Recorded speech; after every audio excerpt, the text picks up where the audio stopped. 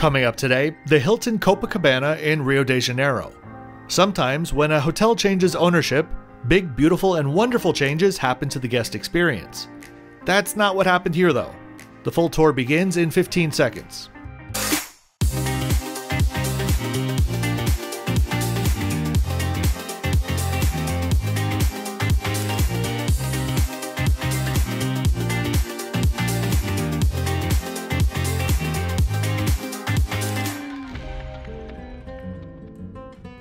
A very good afternoon from Rio de Janeiro in beautiful Brazil. I'm Kevin and I'm going to take you on a quick tour of the Hilton Copacabana today. I was going to open this video with, "Hey Hilton, 1997 called and they want their hotel back." Or, "There was once an ancient Greek philosopher who said, 'He who chooses a Hilton shouldn't expect too much.'" But I'm not one for theatrics, so I said them here instead. In all seriousness though, the Hilton Copacabana is a mess. And while I do honestly hate publishing negative reviews, I have no problem with this one because it could be freaking amazing. But two very wealthy corporations just haven't invested a penny into it in years. For more information on the rate that I paid for this, check out the pinned comment below. Let's take a quick look at the location because that is one of the few areas where the Hilton shines at the moment. The Hilton is in the far south of the city, near all of the beaches that Rio is famous for.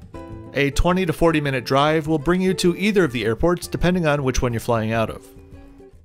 Zooming in a bit, we can see that the Hilton lies technically in Leme, the district just north to Copacabana, but it's literally just on the other side of the street.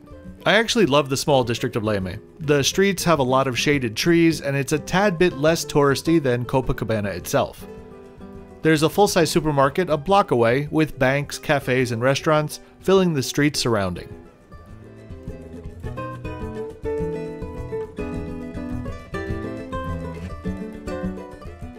One extenuating circumstance of my short visit here was that it was the day of the Brazil-Chile football match, and the Chilean team was staying in the hotel. That meant police, security, and barricades galore. I can understand why all of the precautions were necessary, but I can't say that it didn't feel like trying to gain access to a low-security prison. It wasn't pleasant.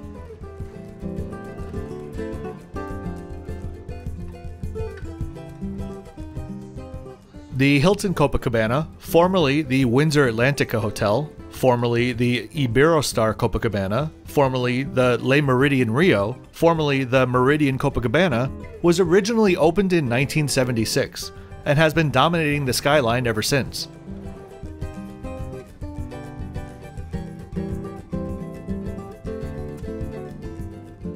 Up on the rooftop at the Isabel Lounge now, the lounge itself is a long and thin lounge and pool terrace on the south and east facades of the building, and the views from up here are truly breathtaking, one of the best ways to view Rio.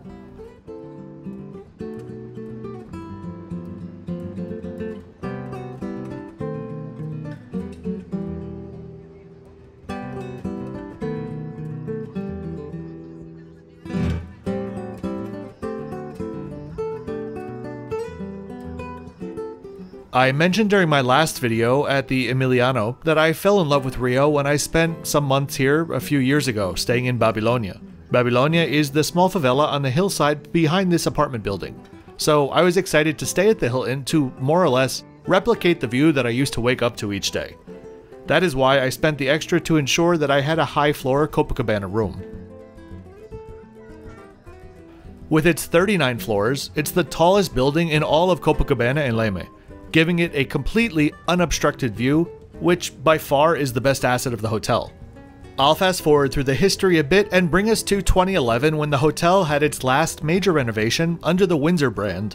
Then in 2018 it was sold to Blackstone, who rebranded it as a Hilton. During that transition and since then, it seems like not a penny was invested into the facilities, which without exception, all feel dated and drab and undersized for the massive 545 room hotel.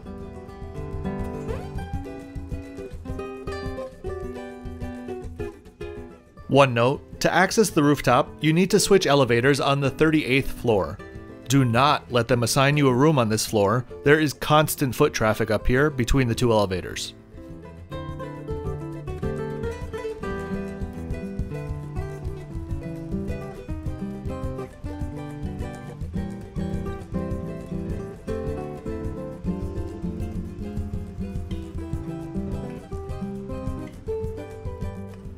On our way down to the other quieter pool now. We passed the main restaurant, which surprisingly is not open throughout the day.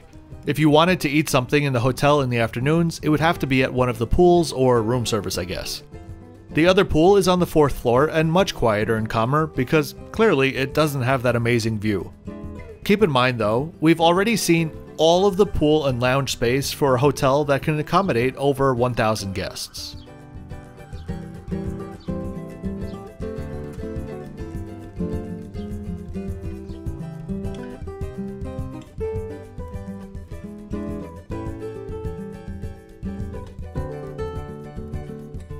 Heading to my room now, I was assigned one on the 34th floor.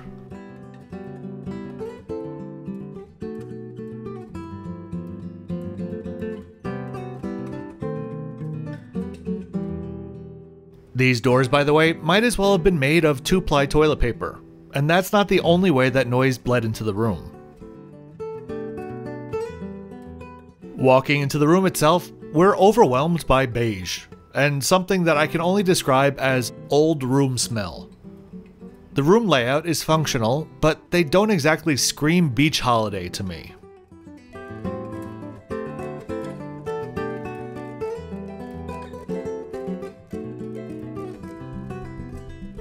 At least though, we do have the fantastic views.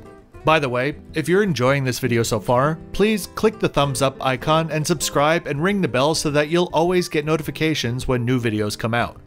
Also, if you're a fan of beautiful sunsets like this, city walks, city ambiance, or even in-flight long format videos, please check out one of my 2 new channels.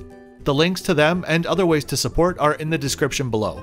A genuine thank you for checking it out.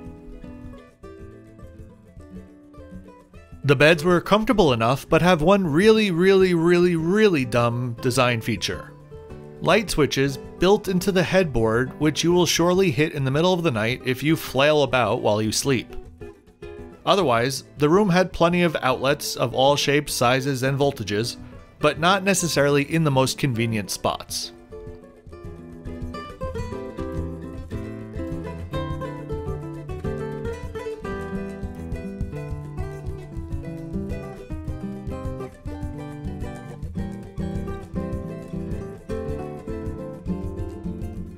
Tea and instant coffee were provided, and water was not. The other noise bleeding I mentioned, generally speaking, the walls between the rooms are soundproofed enough, but between the rooms near the windows, I'm pretty sure that the only thing that separates the 2 rooms are 2 layers of aluminum sheeting on each side of the wall. That means that if someone in the next room is talking when they're near the window, it literally sounds like they're in your room.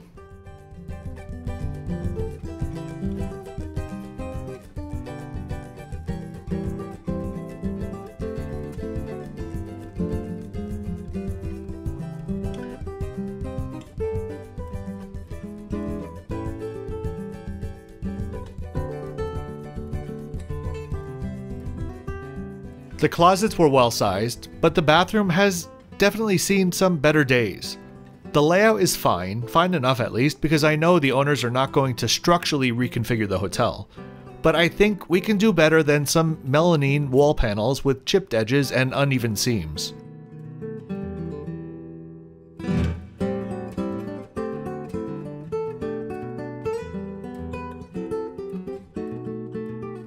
The products in the bathroom were also a very cheap generic brand and not the normal Crabtree and Evelyn that you'd expect at a Hilton.